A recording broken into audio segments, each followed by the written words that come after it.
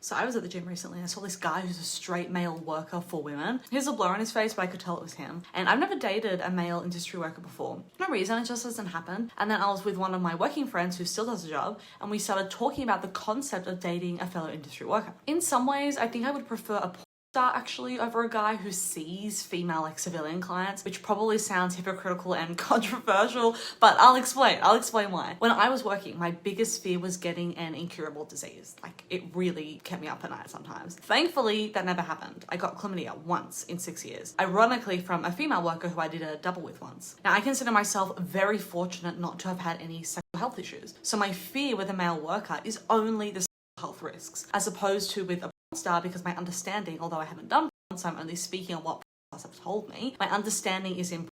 Everyone has to have a recent health check and they verify it, hopefully in some way. Whereas with civilian clients, this typically isn't the case. And of course, there is protection, but it's not foolproof. Other than the health side, I would have no issue dating an industry worker. Hopefully that's obvious. It would be totally fine for me, for my partner, to go off to work and then come home to me, and I would happily discuss all aspects of their work with them, including whether they enjoyed their job that day. And I would hope that they did. I read this article called How to Date an S Worker a long time ago about a guy dating a female worker, and he spoke about the importance of not having to have your partner hate their job, and I so agree with that. I took as much physical pleasure as possible when I worked, because why not? And if I had a working partner, I would want them to do the same, provided it was within the confines of safe.